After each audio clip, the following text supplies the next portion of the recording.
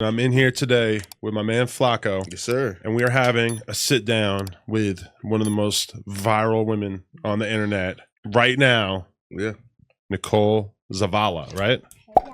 I say it good? Yes, you said it perfect. We gotta make sure can you just scoot back a little bit so you're kind of right in front of that? One camera. Now listen, I must admit, all of them are. If you really want to talk to the camera, you can talk to that one, but it's all good. Yo, you look better in person. Ooh. Everybody be telling me that. No, because the Instagram, like, yeah, you know, this cocky, is Riz. But they be telling me that. They're like, yo, you look so much better. No, in and I even listen. I'm hard on women, so like that's a compliment that's like truthful. Oh, yeah, because when I see like the IG post, right, everybody uses filters, face apps, yeah, right, and like it's the angles probably, but your body in person looks fantastic. So that's crazy. Yeah, man. So you don't have any like self doubt about how you look or anything like that. I feel like most girls have that, but you just sounded pretty confident right there. I feel like I used to have body dysphoria. That's something I used to talk about because I got some 20 surgeries. Like I did myself up from like head to toe, literally. 5 boob jobs, 6 BBLs. Yeah. But all my surgeries were successful. You know, I never had an infection, nothing. The reason I kept doing it is because I wanted to go bigger and bigger and bigger. Okay. But I was like, okay, now this is where I'm at. Yeah. This is where I'm stopping. I can't get my lips bigger than this. And now too, like your boobs probably should not be bigger than that too. Oh no. Because honestly, like I want to look as still like decent, proportional. Because my legs are still skinny. Like I can't have this big butt. I think my butt looks fine the way it is right now.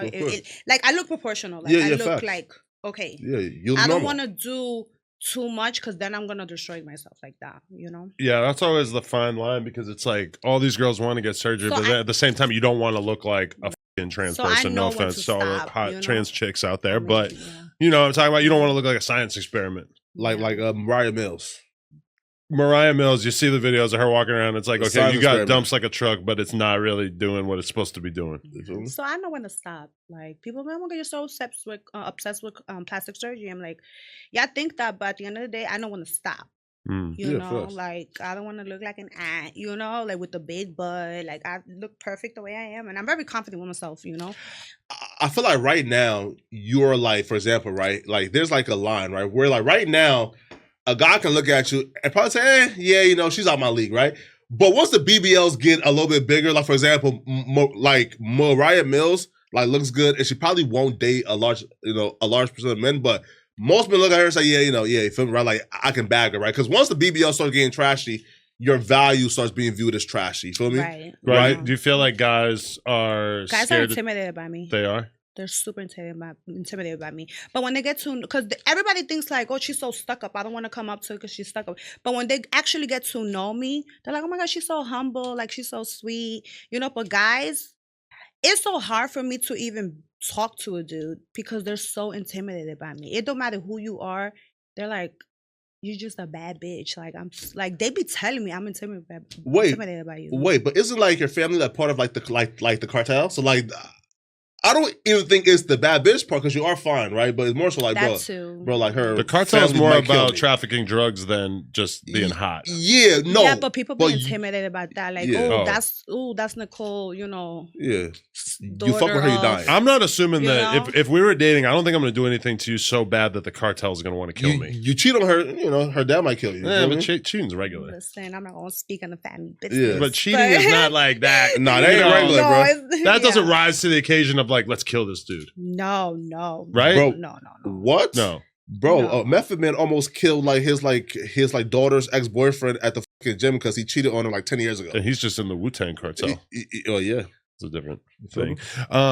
Okay. So I was listening to you talk in another interview and you were basically saying that like broke guys spend hella money trying to or not broke, but like guys with money who aren't famous will spend a ton of money trying to grab your attention.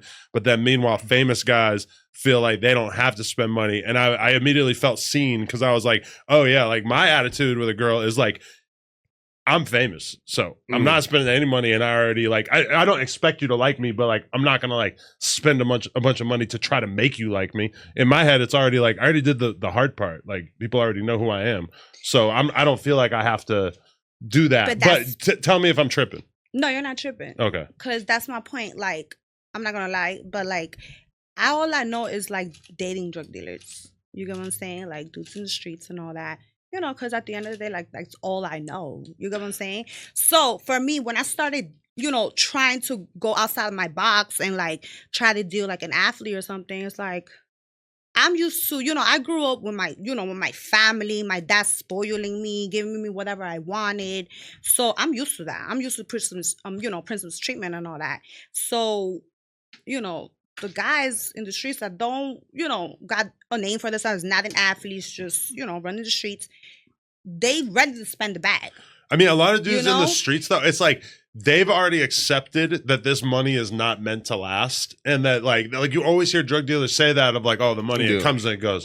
It's like, yeah, you could say that for any line of work, but at the end of the day, like no matter what line of work you're doing, you're trying to like hold on to some of it and keep it, even if you have like a cost of business that you're constantly doing. Yeah, and they don't know their value too, right? For example, bro, like a dude who's in the streets, look, bro, like any woman of value probably won't really deal with a hood nigga, right? But those hood niggas look at the women, again, let's say, for example, right, like a Saweetie who's dealing with, you know, with Drake and them, right?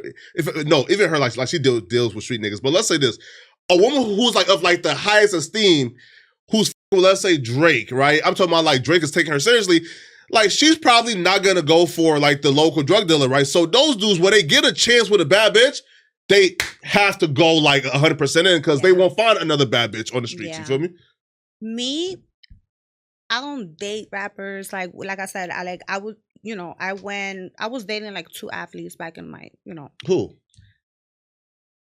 Well, there was my ex-boyfriend, so I could drop names. So it was Tory Gregg. He actually is with Megan Thee Stallion right now. I know Tory. Yeah, he was on the show as well on Cartel Crew. You can say almost anybody. I'm not going to know who you're talking about because I'm not sports. Yeah, well, he, I know you know, Tory. he Yeah, NBA. You know, he actually did appearances on the show when I was on Cartel Crew on VH1. Okay.